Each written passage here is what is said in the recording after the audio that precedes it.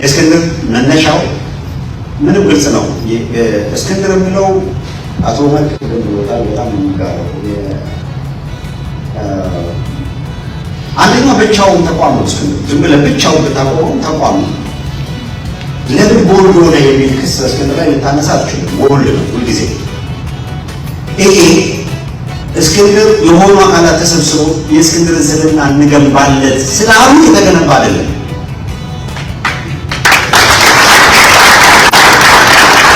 የእስክንድርን ስብዕና እኛ በሚል ያልገነባ ነው ወይም ሌላ አካል ምናምን ሆነ ነገር ጽፎ ምናምን አይደለም የገነባው። ስብዕናውን የገነባው እስክንድር በራሱ። አሁን ቅርብ ጊዜ ይሄ መድረክ እየተዘጋጀ እያለ ስለ እስክንድር የተወሰነ አስተያየት መስጠት ይኖርብሃል ሲሉ ምንድን ነው ምን ከምን ጀምሮ የቱ ጋር ልጨርስ ነው ስለሱ ልሰጥ የምችለው?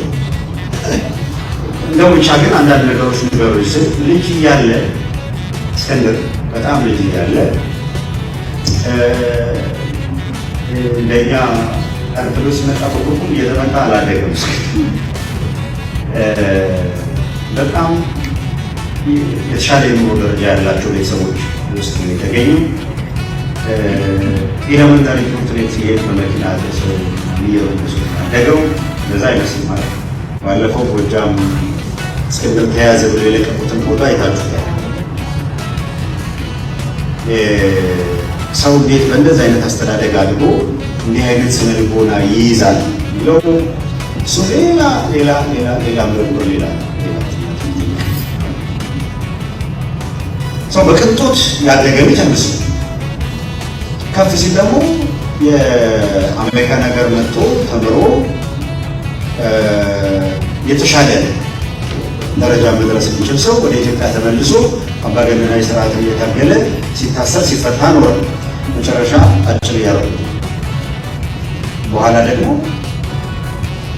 ነቢይ እስኪመስለን ድረስ በኢትዮጵያ ሊመጣ ያለውን አደጋ እየተነበየ መሆን ያለበት መደረግ ያለበትን ሁሉ አሳሰበ እና ሰሚ ያልነበረም አንዳንዶቹ እብድ ነው ማለት ነው። እዚህ ውስጥ ማለት ንስሐ የሚገባ ይኖራል ብዬ አስባለሁ። ያን ጊዜ አይ አበዛው ውስጥ ገባሁት። ይሄ ሰውዬ ትንሽ ፋታ አይሰጡትም እንዴ? ብርሃኑ ነጋም በቂልና እንደው ትንሽ ሁለት ጊዜ እኔ አምነዋለሁ። አብይ አሻጋሪ ነው፣ ታከለ አሻጋሪ ነው። ታከለ ራሱ ተሻግሯል። እዚህ ነው ያለው። እሱ ተሻግሮ እዚህ ነው ያለው። አሻጋሪ ነው። እነ ታከለን አብይን ለማመስገን እስክንድርን ለማጣጣል የሄደበት መንገድ ሰው ከሆነ በእያንዳንዱ ደቂቃና ሰዓት እንቅልፍ የሚያጣበት ሰው ከሆነ እንደ ሰው የሚያስብ ከሆነ እሺ እስክንድር የሚጠበቅበትን አደረገ። የአዲስ አበባ ሕዝብ አግዙኝ አለ፣ ደግፉኝ አለ፣ ምቹንትን አድርጓል። እዚህ ዲያስፖራ ጋር መጣ፣ አስተባበረ። ሊመጣ ያለውን ነገር ሁሉ ነገረን። አማራው እንዲደራጅ አሳሰበ። የአዲስ አበባ ሕዝብ ለጀኖሳይድ የተጋለጠ ሕዝብ ሆኗል አለ። ተባላ ለቅሶ እንዳትዳረጓ ለጀኖሳይድ ሲባል ዝም ብሎ ሰይፍ ይዞ ሁሉንም አንገት መቁረጥ አድርጎ የሚያስባል 110 ሺህ ሰው ለ30 ዓመት ለ40 ዓመት ያፈራውን ንብረት ነው ብሎ አጥፍተህ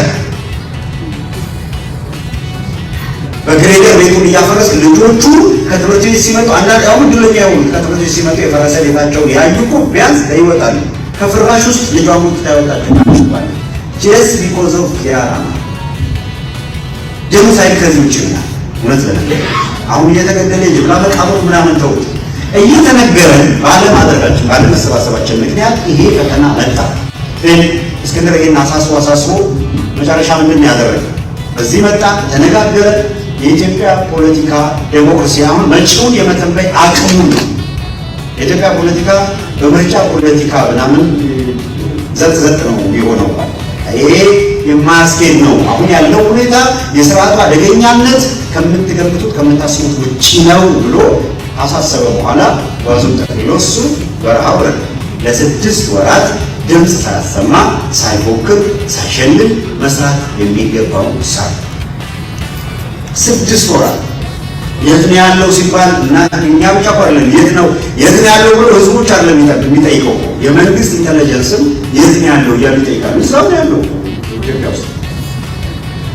ድንገት ለ6 ወራት የሚሰራውን ስራ ሰርቶ በቃ የአማራ ህዝብ መሰረታዊ ጥያቄ ድርጅት ያለመፍጠር ስለሆነ የድርጅት መፍጠር ድርጅት የፖለቲካ ድርጅት መፍጠር የሚለው የአማራ ህዝባዊ ግንባር በፋኖ ኃይሎች እዛው በረሃ ላይ ሰነድ ጽፈው ዲቤት አድርገው ውይይት አድርገው ተከራክረው መጨረሻ ላይ ምን አይነት ድርጅት ይኖራል የሚለው በየም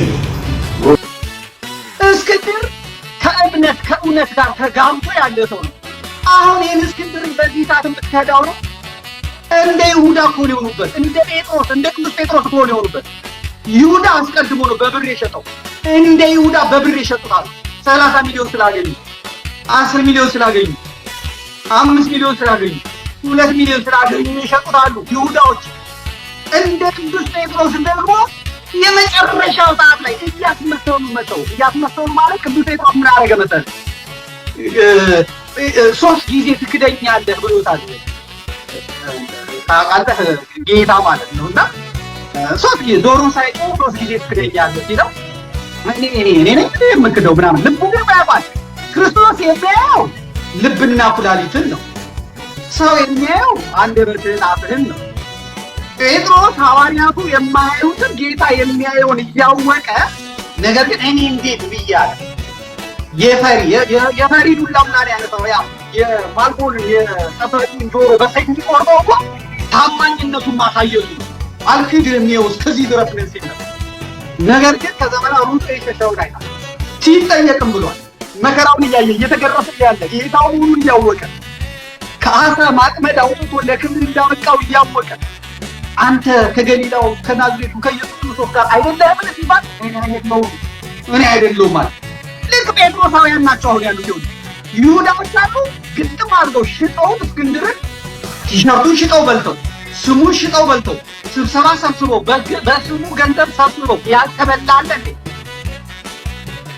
እነዚህ ይሁዳዎች ናቸው። ከዚህ ደግሞ ባሻገር የምታየው ደግሞ ጴጥሮሳውያን ነው። እነዚህ ጴጥሮሳውያን ደግሞ ወንድሞች ናቸው። እንትኑን ይጠብቃሉ። እሱ አምላክ ነው፣ ጌታ ነው፣ ሊያመልጥ ይችላል አይነት ነገር እንዲህ ሊሆን ይችላል ምናምን። እዚህም ደግሞ ማጣት አይፈልጉም። ከህብረተሰቡ ማጣት ከሁለቱ ቦታ ሆነው ቁጭ ብለው እኔ በእስክንድር ሀሳብ ባልስማማም የሚሉ አሉ። አሁን እነዚህ ሰዎች ከዚህ በኋላ ጴጥሮሳውያን ነው መባል። እነዚህ የጴጥሮስ ሀሳብ ያላቸው የካሃዲው የመጀመሪያው የካሃዲው ጴጥሮስ የአማኙ አይደለም። ተጸጽቶ የተመለሰው እንባውን አፍሶ እድል አላቸው። ጴጥሮስ እድል እንዳገኘው ማለት አልቅሶ ጸንቶ እንባውን አፍሶ አይደለም ማለት